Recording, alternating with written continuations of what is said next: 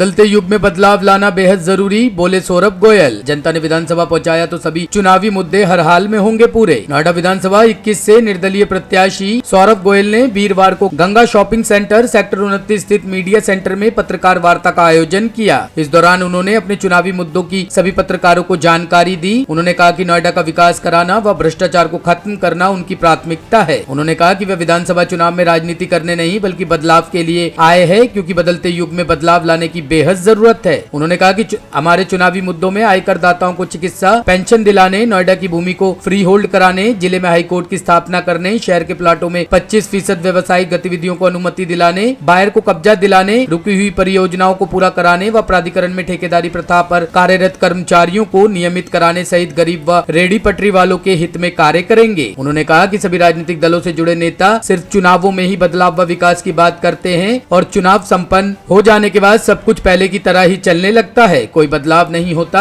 उन्होंने कहा कि हम राजनीति के पुराने मानदंडों को बदलने की नीयत से ही चुनाव मैदान में आए हैं और बदलाव लाना ही हमारी मंशा है। उन्होंने कहा कि हमारा जो चुनावी एजेंडा कागजों पर है, अगर जनता हमें चुनकर विधानसभा भेजती है तो उसे पूरी तरह से धरातल पर लाना ही हमारा काम है। इस दौरान सौरभ गोयल के साथ नरेश सिंघल, मनीष बालियान, विजय मित्तल, प्रकाश, राजू सक्सेना, लवकेश, रिंकू शर्मा, राजीव जैन, संजय जैन, अर्पित सिंघल, विपिन, नरेंद्र कुमार, राम, उदय सिंह चौहान, गणेश कुमार, राकेश, राजीव सक्सेना, अमित, चिराग मित्तल सहित काफी संख्या में समर्थक मौजूद थे। टाइम निकाला। मुझे बहुत कम लोग नोएडा में जानते हैं। मेरा नाम सौरभ गोयल है। पहले अपने बारे में थोड़ा सा आप लोगों को बता देता हूँ। मैंने बैचलर ऑफ इंजीनियरिंग कर रखी है इलेक्ट्रॉनिक्स एंड टेलीकम्युनिकेशन से सन 2000 में। 22 साल हो गए मेरे को जीवन में नौकरी करते हुए, बिजनेस करते हुए। शुरू के 13 साल मैंने जीवन में नौकरी करी है। हिंदुस्तान की बेस्ट कंपनीज में काम कर चुका हूँ। डेल इंडिया प्राइवेट लिमिटेड मेरी लास्ट कंपनी थी। वहाँ पे मैं networking specialist Asia Pacific plus north and east India था मैं। ये मेरा था सर्विस का रिकॉर्ड जो मैंने आपके साथ शेयर किया। उसके बाद मैंने बिजनेस शुरू किया। बिजनेस में मैंने कॉन्ट्रैक्टरशिप किया नोएडा अथॉरिटी में। I am a contractor with Noida authority. I used to take projects online and just complete it. इतना ही मेरा पर्सनल है। 2 बच्चे हैं मेरे और जो कि सेक्टर 34 में पढ़ते हैं। मैं सेक्टर 31 में रहता हूँ। अब सर आगे बढ़ते हैं कि आज हमने प्रेस कॉन्फ्रेंस क्यों बुलाई है और उसी के रूप में आपके समक्ष पेश हुआ हूँ। मैं सेक्टर नोएडा में अपने आप को जो प्रूव करने के लिए आया हूँ कि भाई एक हमारा वर्ग एक ऐसा वर्ग है जो कि जिसकी समस्याएं कभी हम लोगों के सामने नहीं रखी जाती और उन लोगों को हमेशा टेक इट फॉर ग्रांटेड लिया जाता है। परेशानियां हो सकती हैं और उसका भी समाधान निकाला जाना चाहिए। जो उनका अधिकार भी है, वो कोई फ्री में नहीं मांग रहे, वो कोई भीख नहीं मांग रहे, उनका अधिकार है ये, उनको मिलना चाहिए। शुरुआत करते हैं सर। आप सबके पास मेरा ये मैनिफेस्टो होगा साहब। इसका हम पहले पॉइंट से थोड़ा सा ब्रीफिंग कर लेते हैं। एक बहुत ही अच्छी हमारे यहाँ परंपरा चली आई है, एक बार एमएलए बन जाओ, कोई भी सरकारी पद, पॉलिटिकल पद ले लीजिए और आपको जीवन भर के लिए पेंशन फिक्स। ऐसा कौन सा कार्य है साहब? आप जब तक कार्य करेंगे तभी तक आप पैसा ले सकते हैं या वेतन ले सकते हैं। कहते तो है आप सेवा कर रहे हैं, अगर सेवा है तो वेतन कैसा, और नहीं सेवा करने पे भी वेतन कैसा? ये लोगों के मन में आता है, लेकिन कोई पॉलिटिकल पार्टी नहीं उठाती। सब आपस में मिले हुए हैं। मैं तो बस इतना ही कहना चाहता हूँ। तो मेरा जो कैश से 40% की आयकर दाता में वृद्धि हुई है जिन्होंने अपना पैन कार्ड रजिस्टर कराया। ईयर ऑन ईयर 40% का इंक्रीमेंट है। आज की डेट में अभी मैं सुबह वेबसाइट देख के आया हूं, करीबन 9 करोड़ लोगों ने अपना पैन कार्ड इनकम टैक्स में बनवाया है, जिसमें से सिर्फ 4 करोड़ लोगों ने इनकम टैक्स रिटर्न फाइल करी है। टैक्स कितनों ने दिया अभी नहीं पता है, उसका एवोल्यूशन जारी है, क्योंकि पेनल्टी लग के भी लोग बाग टैक्स दे देते हैं जिनकी बैलेंस शीट तैयार नहीं हो पाती है। मुद्दे की बात यह है कि सरकार हमसे टैक्स लेती है, वो हमें कोई दिक्कत नहीं। आप 30 नहीं 40% कर दो, 50% कर दो, जितना कर। स्टेट वाइज फिर आ जाता है, उनका आधा इधर है आधा इधर है, तो आधा सेंट्रल के पास जाएगा आधा स्टेट के पास जाएगा। इसी चीज को लेके कंफ्यूजमेंट की स्थिति बनी रहती है और हमें एंड तक पता नहीं चलता कि सरकार ने कितना कमाया और कितना खर्च किया। बस इतना पता है कि देशों विदेशों पे कितना कर्जा है हमारे ऊपर, कितना है ये नहीं पता।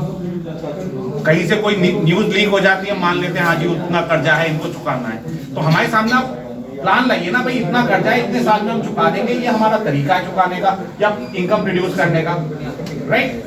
मध्यम वर्ग के बहुत सारे इश्यूज हैं। अब आपको पता है सैलरी जो आदमी होता है, बच्चों के लिए एजुकेशन अलाउंस होता है, 100 रुपया मिलता है सर। आप लोग अगर जिन सैलरी पे आप देखेंगे, एक बच्चे को, और सिर्फ 2 बच्चों तक लिमिटेड है, तो अगर 2 बच्चे हैं आपके तो आपको 100 रुपए महीने पे एजुकेशन प्रोवाइड हो रही है। इनकम टैक्स के प्रारूप में है वो। आप 2400 रुपए क्लेम कर सकते हो भैया, उसका कोई रसीद देने की जरूरत नहीं है। क्या 100 रुपए में एजुकेशन मिल रही है साहब? कहाँ मिल रही है बताइए यहाँ पे। अरे आप सिस्टम के हिसाब से चलिए। जो आज का मार्केट है, आप 10 स्कूलों का सर्वे करिए, उन सर्वे करके जो भी आपको एक मिडिल की आती है उतना आप देना शुरू करें कि हाँ भाई बच्चे की पढ़ाई में इतना रुपए खर्च हो रहा है। अब आप देखिए कोविड आया जी, सबने मेडिकल के इंश्योरेंस बढ़ा दिए सारी कंपनी में, और हमको क्या मिल रहा है जी?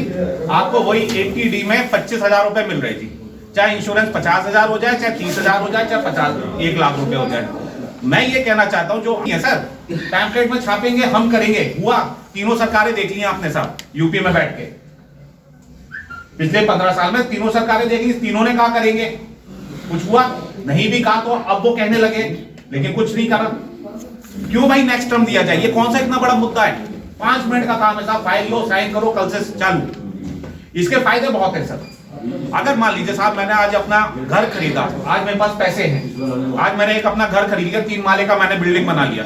भगवान ना करे 5 साल बाद मेरी स्थिति वो ना रहे, कहीं मेरा बिजनेस में लॉस हो गया, किसी वजह से मुझे पैसों की जरूरत है, तो मैं 1 फ्लोर बेच के अपनी रिक्वायरमेंट पूरा कर सकता हूं। मुझे अपने घर से नहीं जाना पड़ेगा। एक जैसे आप गुड़गांव चले जाइए, दिल्ली चले जाइए, वहां भी फ्री होल्ड है, क्या दिक्कत है? लोग कहते हैं ये प्लांट सिटी है। अरे भाई प्लांट है तभी तो कह रहे हैं, वहां तो फ्री होल्ड सबसे पहले होना चाहिए। और 3 माले बनाए तो किराएदार तो रह ही रहा है, उसमें भी तो आपकी पार्किंग लग रही है, वो भी तो टॉयलेट का पानी, सीवर का पानी आ रहा है। बहुत बुद्धिमान लोग हैं जो कहते हैं भाई इतना हमने डिजाइन। देश में किसी को न्याय ना मिले तो फ्रस्ट्रेशन होती है आपकी। आप सही काम कर रहे हैं, लेकिन फिर भी आप कह रहे हो मैं कोर्ट के चक्कर काट रहा हूं। क्यों काट रहा हूं भाई? मैं सही हूं तो मैं क्यों कोर्ट के चक्कर काटूं? मेरे को न्याय तुरंत मिलना चाहिए। किसी बड़े आदमी ने क्या, सब जानते हैं कि भाई साहब अगर न्याय। टॉप स्टोरी ब्यूरो के लिए नोएडा से नितिन चौधरी की रिपोर्ट।